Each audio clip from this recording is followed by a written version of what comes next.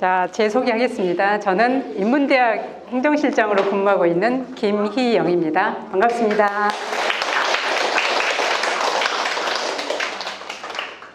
이제 오늘 순서는 이렇게 가겠습니다. 대학 조직 체계, 그리고 전남대학교는 그럼 조직이 어떤가? 그 다음에 요즘에 대학 환경의 변화가 많잖아요. 물론 여러분들은 이제 들어왔으니까 많은지 어쩐지 모르겠지만 저희는 많다고 느끼거든요. 그래서 이런 환경 변화들에 대해서 좀 고민을 우리가 해보고, 그리고 나서 이제 의사소통과 협업을 어떻게 할 거냐, 그 다음에 맺은 말과 질의응답 이 순서로 가겠습니다. 자, 그러면 대학 조직은 우리가 속해 있는 데가 교육부죠. 교육부 밑에 지금 대학이 있는 건데, 교육부 밑에 우리는 국립대학으로 속해 있습니다. 그리고 이제 교육부는 정부 조직의 하나죠. 행정부의 하나죠. 뭐 이렇게 국회, 행정부, 사법, 삼권 분립이 돼 있고, 그 중에 행정부에 속해 있는 우리들이죠. 행정부 중에서도 교육부라는 부처가 있는 건데, 그럼 교육부 밑에 이제 뭐 학교나 온통 학교들이 다 들어있는 거죠. 그러면은 교육부는 이제 저렇게 돼 있는 거고, 교육부 밑에 이 17개 시도교육청이 있습니다. 그리고 이제 대학들이 있죠. 17개 시도교육청은 초, 중등 교육법이나 교육법 시행령에 따라서 교육이 이루어지고 있는 거고, 대학은 고등교육법이나 고등교육법 시행령에 따라서 이루어지고 있겠죠. 자, 17개 시도교육청에는 대장이 누구냐 하면 교육감이에요. 이분들은 선거로 선출이 되죠. 물론 대학에 있는 총장도 선거로 선출이 되기도 하고, 대학에 따라서는 이사회나 뭐 이런 데서 추천을 받기도 합니다. 직접 선거가 아니라 간접 선거 방식으로. 그런데 이제 이 시도교육청 교육감은 선거로 돼 있기 때문에 거기에 따라서 여러 가지 이제 변동사항들이 생기겠죠. 이 17개 시도교육청의 이제 재원은 뭐냐? 우리가 세금에 보면은 교육세라는 게 있어요. 이 교육세가 다 모아져 가지고 이 시도교육청의 예산이 되는 겁니다. 그래서 얼마 전에 시도교육청 예산이 100조를 넘니 막 이런 말이 있었어요. 우리나라 전체 예산이 한 500이 안 되죠. 500조, 400 몇 조 이렇게 되잖아요. 그러면 여기가 100조면은 어마어마한 돈이잖아요. 다른 데 입장에서는 너무 배가 아플 거 아니에요. 가만히 앉아서 돈이 그냥 들어오는 거예요. 그러면 30년 전에 이 돈이 이렇게 많았을까? 그렇지 않겠죠. 그때는 왜냐하면 비율대로 가니까 우리나라 재정 규모가 이만큼 커진 거죠. 그래서 자동빵으로 이게 얻게 된 거죠.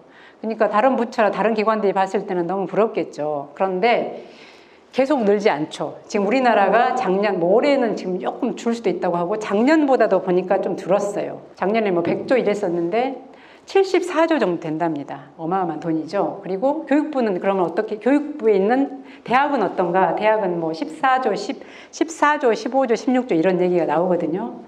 그러니까 얘랑 둘이 비교해보면 거의 8대2 되는 거죠. 그 다음에 이제 이 시도교육청은 자치권이 있다고 봐야 돼요. 물론 교육부에 관할을 받지만 큰 거에 있어서만 관할을 받을 뿐, 방향성에 대해서는 하지만 자치권을 가지고 교육감이 그 어떤 교육 프로그램이라든가 이런 것들을, 물론 국정교과서라는 게 있어서 거기에 틀은 있겠죠. 그러나 예산 운용이나 이런 것들은, 프로그램들은 자치권을 갖고 있습니다. 그래서 어떤 게 가능하냐, 최근에 장기제적 휴가를 교육청에 따라서 늘렸다고 하더라고요. 우리 국가공무원들은 옛날에 20년 이상이면 10일을 줬었는데 이걸 없애버렸어요. 이게 왜 없어졌냐면, 우리가 주 40시간 이제 토요일 근무가 없어지면서 이게 없어졌는데, 지방 공무원들은 이걸 살려놨고 자치가 가능하니까 이제 많이 협의를 했겠지만, 시도교육청도 그거를 살려놨었는데 늘렸다 이런 말이 있어가지고 제가 그쪽에서 왔기 때문에 되게 부럽더라고요. 근데 어쨌든 그런 자치가 가능해요. 그리고 이제 이 시도교육청은 이제 의회가 있는데, 여기 자체의회가 아니라 그 광주광역시나 전라남도 의회 이쪽에 통제를 받거든요. 그래서 이제 예산 처리되면 좀 이제 어려움이 있긴 하겠죠. 그러면 대학은 어떻게 하느냐? 이 대학은 이제 교육부가 직접 관할을 합니다. 직접 다이렉트로 관할을 하는 거죠. 그래서 이제 대학은 국립대와 사립대가 있는데, 여기는 비율이 대충 한 8대2, 국립대가 20% 정도 되죠. 그러면 대부분의 대학들이 사립대인 거죠. 그래서 우리나라는 사립대학들이 어떻게 보면 교육 정책 방향성을 주도를 한다고 볼 수도 있어요. 왜냐? 예를 들어서 우리가 무슨 국제교류니 산학이니 이런 것들에 대해서 방향성을 교육부가 찾을 때 누구랑 얘기하냐면 국립대 교수가 아니라 사립대 교수라고 해요. 왜냐하면 한양대야 지금 현재 총장님을 하고 있는 분은 국제교류 일부분에서 이완나 선생님 오셨나요? 그분들은 아실 거예요. 그 한양대 총장님, 지금 총장님, 그분이 거의 한 10몇 년, 20년 가까이 국제교류를 담당을 하셨어요. 그러면은 국제교류에 대해서 그분보다 잘하는 사람이 없는 거죠. 그 다음에 과거에 뭐 이렇게 김무성 총장님이라고, 이분도 한양대 총장님인데 우리나라 산악계의 대부예요. 이분을 빼놓고는 산악을 얘기할 수가 없어요. 그러면 산악 관련되는 거는 거기다 물어봐요.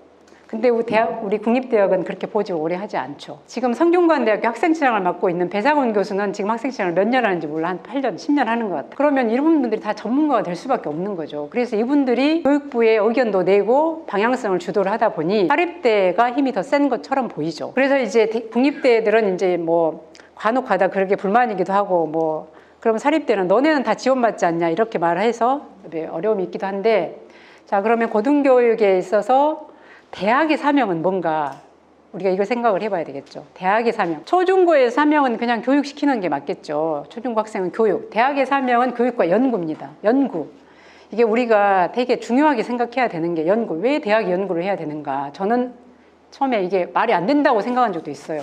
아니, 학교가 학생을 가르치면 되지. 왜 연구를 저렇게 대학한테 하라고 해가지고, 교수들도 힘들지만 그 교수님들이 연구에 대한 부담을 느끼는 게 여러분이 생각하는 상상을 초월해요. 물론 이제 안 하시는 분도 있지만. 그래서 이 두 가지를 결국은 교수한테 부여를 한 거죠. 대학의 사명이 교육과 연구인데 그 교육과 연구를 누가 하느냐? 교수가 하는 거죠. 그래서 대학에서 교수를 빼놓고 얘기할 수가 없는 거죠. 우리는 그럼 어떤 사람들인가? 교육과 연구가 잘하게, 연구가 잘 되게 도와주는 사람인 거죠. 그럼 도와주는 일이 이게 적은 일인가? 만약에 이 도와주는 사람이 없으면 안 돌아가겠죠. 멈춤입니다. 멈춤. 그러니까 우리 스스로 이 조직이 돌아가게 하는데 역할을 하고 있는 거죠. 우리가 없으면 멈춤이다. 이렇게 우리의 존재 이유를 찾으면 되겠죠. 그럼 대학은 어떻게 설립이 되는가? 대학 설립 운영 규정이라는 게 있습니다. 거기에서 뭐 교사, 교지, 뭐 교사는 건물이죠. 거기 다 그런 게 제한이 돼 있어요. 교사는 학생 수가 이만큼이면 건물이 이만큼 돼야 된다. 땅은 뭐 이만큼 돼야 된다.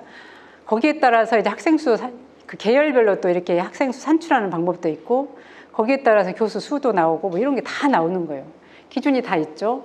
그리고 이제 국립학교 설치령, 국립학교는 그럼 어디에 또 근거하냐?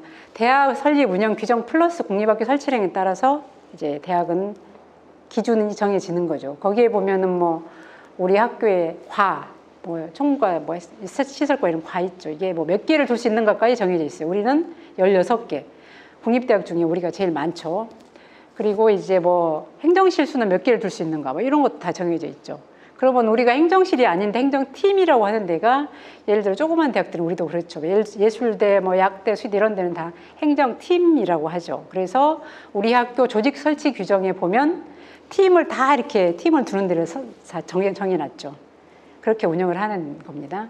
그래서 이제 이렇게 대학은 그런 규정에 따라서 운영이 되고 있고, 그리고 사립대는 이제 등록금이 주요 수입원이 되고, 또 사립대는 재단이라는 게 있어요. 재단이라는 게 있어서 재단에서 또 수입 사업도 하고 뭐 이렇게 해서 이제 그런 운영을 하는 거죠. 근데 이제 여기서 의문이 생길 수 있는 게, 왜 사립대는 그럼 우리나라에 이렇게 많을까? 유럽은 국립대가 많잖아요. 미국은 또 사립대도 많죠. 우리나라가 이제 50년에 6.25가 있었죠.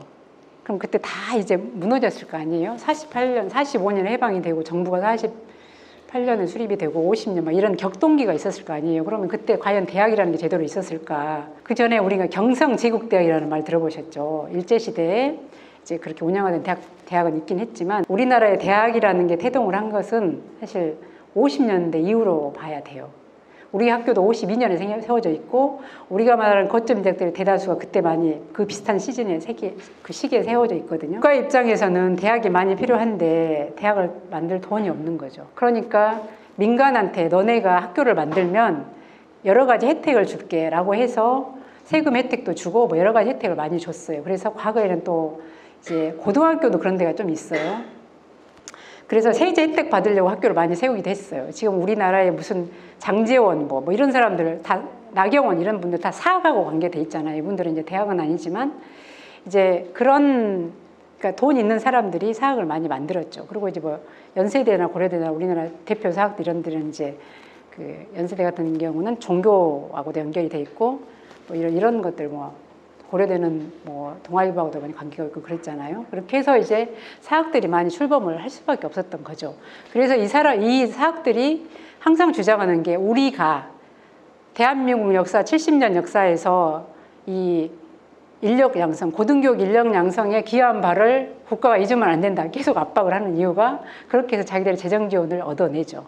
그러니까 기여한 바를 적다고 할 수는 없죠. 전남대는 그럼 봅시다. 전남대는 52년도에 생겼고 지역 거점 대학에 해당합니다.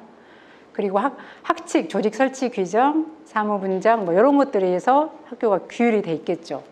그리고 이제 직원 수나 우리가 통상 우리가 3만 학우라는 얘기를 씁니다. 학생들이 재적생이 대학원 포함해서 약 3만 명. 그다음에 교원 여기에는 이제 정규 교원 우리 전임 교원은 한 1,200명. 그다음에 시간 강사 요즘에는 강사라고 하죠. 강사가 한 700여 명. 또 조교 선생님들이 여기 한 250여 명. 이렇게 해서 이 인원이 되는 거고 직원은 지금 데이터에 보면 567명으로 나오기도 하던데 지금 우리 학교에 직원 그 정원에 관한 규정이 있는데 거기도 보니까 600 몇 명으로 돼 있더라고요. 그러니까 이게 막 여기저기 다른데 여기는 우리 공무원 인원하고 대학의 직원 그 허봉제 적용받는 그 직원만 아마 더한 것 같아요. 그래서 차이가 있는데 환경관련도 지금 안 들어가 있는 거죠. 그래서 이제 그러면 대학의 조직은 대학 본부가 있고 단과대 부속시설, 법인, 뭐 기타 기관 이렇게 많이 있죠. 그리고 대학을 보면은 현재 17개 단과대학이 있고 대학원은 세보니까 제가 세보니까 13개더라고요. 맞나 모르겠네. 한번 세보세요. 대학원에는 우리가 일반 대학원, 전문대학원, 특수대학원 또 뭐 대학원 대학도 있어요. 근데 일반 대학원은 지금 학과랑 연결된 데 있죠. 뭐 그게 일반 대학원이고 특수대학원, 전문대학원은 전문이 붙은 게 전문대학원이에요. 그러면 우리 학교에 경영전문대학원, 뭐 문화전문대학원, 치의학전문대학원, 법학전문대학원 이런 것들이 있죠. 그리고 이제 특수대학원으로는 이제 이건 주로 야간 과정으로 운영되는 겁니다. 그래서 단과대학에 따라서 공대나 뭐 교육대나 교대나 사범대나 또 뭐 사회과학대, 정책대학원 또 뭐 공학대, 뭐 수산해양대학 이런 데가 이제 특수대학원들이 이렇게 야간으로 운영이 되고 있습니다. 이제 학교에서 뭐 전문대학원을 몇 개 운영을 하고 있는데 문전원이나 경전원은 저희가 만든 거고 모든 대학이 있지 않아요. 그래서 이제 법전원이나 치전원은 그 법률에 따라서 만들어진 거고 경전원이나 문전원은 우리가 만든 거예요. 그러니까 망해도 우리가 책임을 져야 되는 거죠. 이게 이제 여러 가지 좀 어려움이 있는데 이제 문전원 같은 경우는 이게 이제 언제 만들어졌냐면 경전원도 그랬을 것 같은데 강정치 총장님 시절에 이제 우리가 그때가 이제 2000년대 초반인데 그러면 노무현 정부였고 그때 어떤 얘기들이 있었냐면 문화수도 얘기들이 있었어요. 그러고 나서 결국은 우리가 ACC 아시아 문화 전당이라는 게 생겼는데 이 우리가 문화 수도를 표방하려면 문화 전문 인력을 키울 수 있어야 된다 해가지고 만들었는데 지금도 좀 어려움이 있는 것 같아요. 그렇게 해서 대학의 조직들은 이제 이렇게 존재를 하고 있습니다. 여기서 혹시 질문 있으실까요? 질문하시면 선물을 드리도록 하겠습니다. 자, 그러면 아까 교육부와 대학 관계 보셨죠? 자, 그러면 다시 한번 볼게요. 교육부에는 대학이 있는데 대학에는 국립대, 사립대가 있겠죠. 자, 우리는 국립대에 있습니다. 또 공립대라는 말이 있어요. 국립대는 국가가 만든 거, 공립대는 누가 만들었을까요? 자, 맞추시는 분 제가 설명드리겠습니다. 공립대학은 누가 만들었을까? 지자체에서 만든 겁니다. 그러니까 시립대학, 뭐 도립대학 이런 게 있는데 도립대학은 도에서 만든 거예요. 담양도립대학이 바뀌었나? 전남도립대학으로 전라남도에서 만든 거예요. 그리고 서울시립대학은 서울시에서 만든 겁니다. 이제 도립대학들이 몇 군데 있는데 좀 어렵습니다, 상황이. 자, 이렇게 구분을 할 수가 있고 사립대학은 기본적으로 등록금 수입이나 재단 수입이 재원이 되고 또 그리고 국립대학이 없는 이 정관이라는 게 있습니다. 정관. 재단이 있기 때문에 재단의 정관, 어떻게 운영하겠다 그런 게 있고 재단이 있으니까 이사장이 있겠죠. 그래서 이사장의 힘이 막강하기도 하고 또 아닌 경우도 있고 그렇습니다. 이제 뭐 총장도 이제 선출하는 게 뭐 선거로 하기도 하고 추천을 하기도 하는데 어쨌든 국립대에 비해서 자율성이 좀 더 많습니다. 자율성이 좀 많다라는 의미는 뭘 얘기를 할 수 있냐 하면 이건 제 생각이니까 다를 수도 있습니다. 우리가 자율성이라는 것은 규정을 만드는 데 있어서 내가 얼마만큼 통제를 받는가 교육부에 그거는 이때 상위 법이 여러 개가 있기 때문에 크게 별로는 크진 않을 것 같아요. 그런데 이제 예를 들어서 교수 책임 시수라는 얘기를 들어보셨죠. 이제 그런 것들은 기본 전제는 교육을 받는데 이번에 그게 또 바뀌었더라고요. 그 학교에서 정하면 되도록. 옛날에는 9시간을 학기당 9시간을 지키도록 돼 있었어요. 이게 뭐 15주 이렇게 해가지고. 근데 그걸 교육부에서 이번에 풀어버렸어요. 이게 대학에는 엄청난 거죠. 그래서 지금 TF를 우리 학교도 가동을 하고 있는 걸로 알고 있습니다.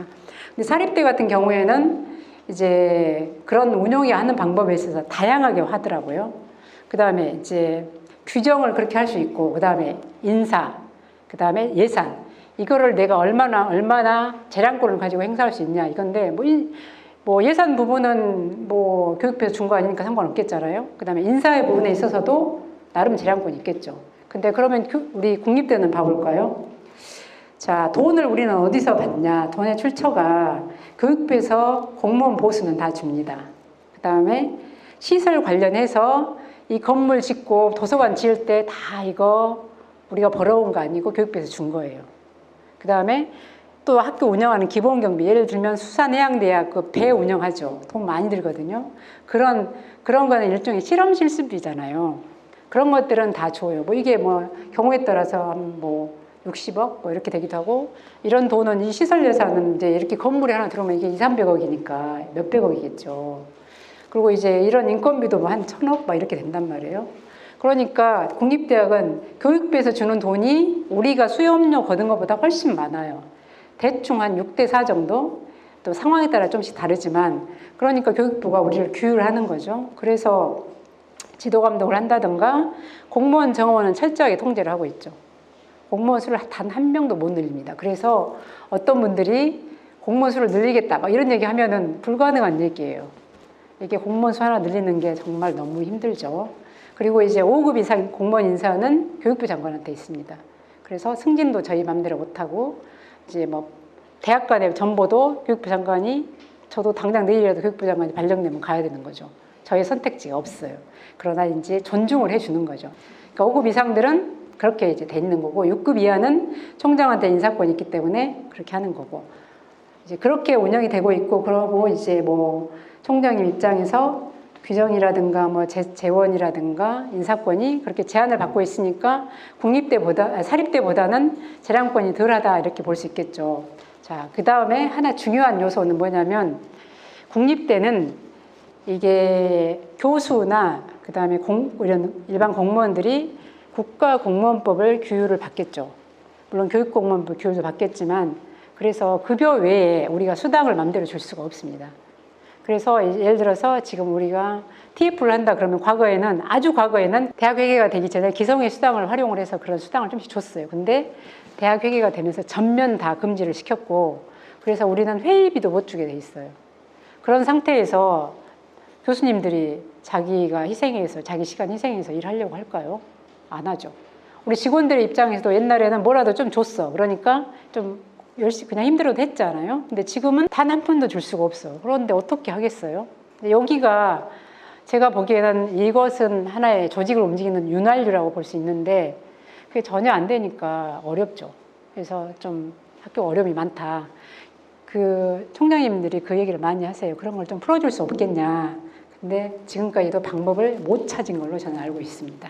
자, 이런 사립대, 국립대 차이가 있다라는 걸 생각을 하시고, 그럼 조금 더 살펴보면 국립대, 공립대는 이제 40개입니다. 지금 40개고, 이 40개 대학 총장님들이 협의체가 있습니다. 그래서 1년마다 돌아가면서 회장교를 정하고 계속 모여가지고 회의를 해요.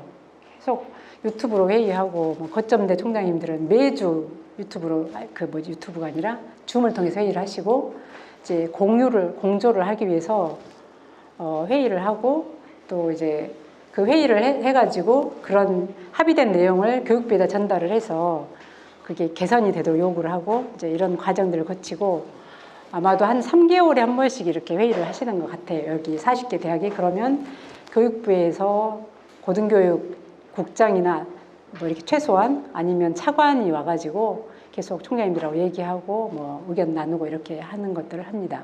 거기 회의록의 내용을 보면은 총장님들이 얼마나 고민을 하고 계시는지 아마 제가 이따 회의 자료를 조금 보내드릴 건데 이제 아실 수 있을 것 같아요. 자, 이제 앞에서 잠깐 설명드렸던 내용들이 반복이 되는 거고요. 요 내용도 제가 말씀드렸던 내용이고, 대학의 재정은 대학회계법이나 대학의 재정은 일단 기본이 대학회계죠. 대학회계. 우리가 일반회계라는 용어를 들어보셨을 거예요. 국가회계는 일반회계라고 보통 얘기를 하는데, 이제 그 기관에 따라서 특수성이 있는 데들은 특별회계라는 걸 만드는데, 이거 우리도 이제 특별회계 중에 하나라고 볼 수 있어요. 초중고는 학교회계라고 얘기를 하고 우리는 대학회계라고 얘기를 합니다. 그리고 학교에는 지금 대학회계가 있고, 국가는 그럼 일반회계를 쓰는데 국가에서 아까 주는 인건비나 뭐 이런 것들은 그럼 어떻게 할 거냐. 과거에는 이걸 따로 이것 따로 운영을 했었어요. 근데 지금 대학회계로 바뀌면서 옛날에는 기성회계라고 했었어요. 기성회계는 법적 근거는 없었죠. 회방에 의해서 운영을 했던 거라서. 그것도 왜 그랬냐면 그러니까 국가가 돈이 없으니까 기성회를 만들어서 거기에서 학생들한테 돈을 걷어갖고 학교에다 주면 그 돈을 운영을 했던 거예요. 옛날에 초중고에 육성회비라고 있었어요. 지금은 없어졌지만 그거랑 비슷한 개념이었죠. 그래서 이제 그냥 일종의 학부모들이 돈 거둔 거라고 보면 되는 거예요. 근데 그것을 이 일반회계 돈을 거기다 집어넣을 수는 없겠죠. 국가 입장에서는 레벨이 안 맞는 거니까. 그런데 여기 대학회계는 법률이 만들어진 거잖아요. 그래서 법률을 만들어서 이제 정식 어떤 법 체계가 있고 거기에 따른 회계이기 때문에 이 돈이 일이 들어와도 문제가 없게 된 거죠. 그래서 지금은 아까 뭐 1,700억, 1,500억 이 정도 되는 돈을 다 여기다 넣어줘요. 우리 학교로 들어오는 순간 요 대학회계 돈이 되는 거죠. 그래서 대학회계 결산 금액을 보면은 막 4천억, 3천 몇억 이렇게 나오는 이유가 우리 학교 예산은 그냥 한 1,200억 수준인데 이제 그렇게 커지는 거죠. 그 다음에 이 산학협력단 회계는 산단이라는 용어는 들어보셨죠? 산학협력단이 어떻게 만들어진지 아시는 분? 산학협력단이라는 거는 네, 지부장님 설명 좀 해주세요. 산학협력촉진법에 의해서 생기는 걸로 알고 있습니다. 왜 만들었어요? 그 산촉법 있기 전에는 교수님 연구비를 교수님이 통장으로 중앙관리가 안 된 걸로 알고 있어요. 그 언제쯤 만들어졌죠? 2000년도 초반 3년인가요? 지부장님 말씀하신 게 다 대충 맞습니다. 우리가 산업교육이라는 얘기를 들어보셨을 거예요. 이 말은 뭔 말이냐면 산업교육이라는 건 우리가 그 고등학교에 실업계고라고 들어보셨죠? 지금은 무슨 마이스터고 이렇게 많이 하는데 저희 다닐 때는 실업계였어요. 그러니까 공고, 상고, 농고 이런 데를 실업계라고 하는데 이제 이 친구들은 졸업하고 바로 그 직업 현장으로 가는 경로를 따라가잖아요. 친구나 학교나 이런 데를 지원하기 위한 법이 있었는데 이제 그 법하고 합해져서 대학에는 산학협력을 해야 되는데 산학협력이라는 용어가 우리가 이렇게 시작이 된 게 2000년대 중반이에요. 그리고 그 법이 만들어진 건 2003년 정도 만들어져 있더라고요. 그 전에 있던 법하고 이렇게 합해진 것 같아요. 그래서 그때 이제 산학협력단이라는 게 생겼습니다. 목적은 말씀하신 것처럼 이제 산학협력을 활성화하기 위해서. 그리고 이제 그동안은 이제 교수님들이 그러면서 이제 산학협력단 회계가 생기면서 연구비도 이제 학교가 이 산단에서 관리하기 시작한 거죠. 그리고 이제 중앙관리가 됐고, 이제 개인이 관리 안 하는 걸로 됐고, 여기 이제 이런 교수님들이 하는 모든 연구 과제가 여기로 다 들어와요. 그리고 이제 이 일을 하기 위해 이제 그런 우리 학교에가 뭐 한 2,000억, 2,200억 막 이렇게 왔다 갔다 하거든요. 교수님들이 가져오는 연구비가. 그건 해마다 좀 차이가 있어요. 왜냐하면 5년 과제가 끝나는 어느 순간은 푹 줄이겠죠. 또 뭐 갑자기 한 2년 쉬다가 5년 과제가 큰 게 하나 들어오면은 또 푹 늘어나고 이제 그런 건 있는데 2천억이 넘는 돈이죠. 그거를 이제 산단 직원들이 집행하는 거죠. 이제 교수님들이 다 원인행위 해주면 이제 집행하는 거고, 이제 거기에서 발생하는 게 이제 간접비라는 게 있어요. 간접비는 과제별로 해서 몇 프로를 이렇게 띄는 거예요. 그러니까 우리 거 시설 쓰고 전기 쓰고 뭐 다 쓰잖아요. 그러니까 학교에서 그걸 이제 수익으로 잡는 거죠. 그래서 거기서 일하는 직원들 인건비도 주고 또 다른 것도 하고 교수님들이 또 연구 잘했으니까 성과급도 주고 뭐 이런 것들을 할 수 있어요. 능률 성과급 이런 것도 주고 이 회계가 되게 크죠. 그리고 이제 뭐 최근에 학교에서 우리가 연구비 수주가 뭐 국립 거점대 1위다 막 이런 거 막 광고 나왔었거든요. 1위 한 건 사실이에요. 많이 하고 있었고. 그리고 또 하나 있는 게 이제 발전기금 재단 회계가 있습니다. 발전기금 재단 회계는 전남대학교 발전기금이 있고 각 단과대학별로 자체 재단이 있는 데도 있어요. 몇 군데, 한 대여섯 군데 있을 텐데, 발전기금 재단은 그 회계 이렇게 결산서 보면은 뭐 190몇 억 이렇게 나오는데, 실제로는 이제 계속 유지하는 돈이고 해마다 쓰는 돈은 대충 한 70억 안팎인 것 같아요. 그런 상황들입니다. 이제 이 돈이 되게 중요하기 때문에 우리 학교 돈이 어떻게 굴러가는가, 여기 이 세 가지에 대해서 큰 카테고리가 있고, 우리가 주로 하는 거는 뭐 거의 다 대학 회계와 관련되는 일만 하고 있죠. 과대학에서는 간혹 가다가 본부에서 오는 그런 것들, 문서 몇 개 오는 것들이 있고, 이렇게 되는 것도 있죠. 이렇게 해서 이제 학교가 운영이 된다고 보면 되겠습니다. 자, 이제 전남대학교 조직에 대해서 보겠습니다. 전남대학교 조직은 홈페이지를 보시면 돼요. 조직도가 있으니까. 근데 그 조직들은 이제 살펴보시면 제가 드리고 싶은 말씀은, 대학이라는 데가 아까 교육과 연구라고 말씀드렸죠. 최근에는 교육과 연구인데 산학협력, 지역사회 기여가 아주 중요한 테마가 되고 있습니다. 이게 어느 정도로 우리한테 큰 물결로 다가오게 될지 정확하게 예측하기 불가능한 상황인 것 같아요. 여기 계신 분들 중에서 지자체에서 오신 분도 있죠. 근데 지금 대학에서 오랫동안 근무했던 사람들은 지자체가 과연 우리한테 어느 정도로 실력 행사를 할 것인가가 많은 관심사입니다. 왜냐하면 돈을 쥐고 있으니까, 돈을 이제 주고 있으니까 그런 상황이고, 지역사회에 기여하라는 것이 계속해서 요구하고 있는 겁니다. 그럼 우리가 지역사회에 어떻게 기여를 해야 되는가? 그러니까 각 부서에서 선생님들이 하고 계시는 일 중에, 도서관에서는 막 산책도 하고, 뭐 무슨 프로그램도 하고, 박물관에서 막 그런 프로그램 하고, 평생교육에서도 하고, 뭐 리걸 클리닉에서 막 지역민들한테 뭐 법률 강의하고, 이런 게 다 그래서 하는 거예요. 왜 이런 쓸데없는 일을 하는가? 쓸데없는 일이 아니고, 지금 현재 이 상황이, 이 시대 상황이 대학한테 그렇게 요구를 하고 있습니다. 되게 고민이 많은 부분입니다. 그래서 그걸 이해를 하고 들어가야지 내가 하고 있는 일에 대해서 내가 분노가 안 생길 수가 있어요. 앞으로 여러분들은 지자체 직원들하고 싸울 수도 있거든요. 우리가 왜 이런 생각이 들 수도 있고, 시대 트렌드가 산학협력이고 지역사회 기여다. 그리고 산학협력은 지금 이 정부는 대학에서 지역사회가 필요한 인력을 양성을 해서 지역사회에 공급해라가 요구사항입니다. 그래서 정말 대학이 많이 힘든 상황이죠. 대학은 어떻게 보면 모든 조직이 그렇습니다. 모든 조직이 규정이 있고 사람이 있고 돈으로, 이렇게 세 가지 큰 굴레로 돌아갑니다. 이 이야기를 제가 왜 강조하냐면, 이걸 모르면 여러분들이 기획보고서를 쓸 때 쓸데없는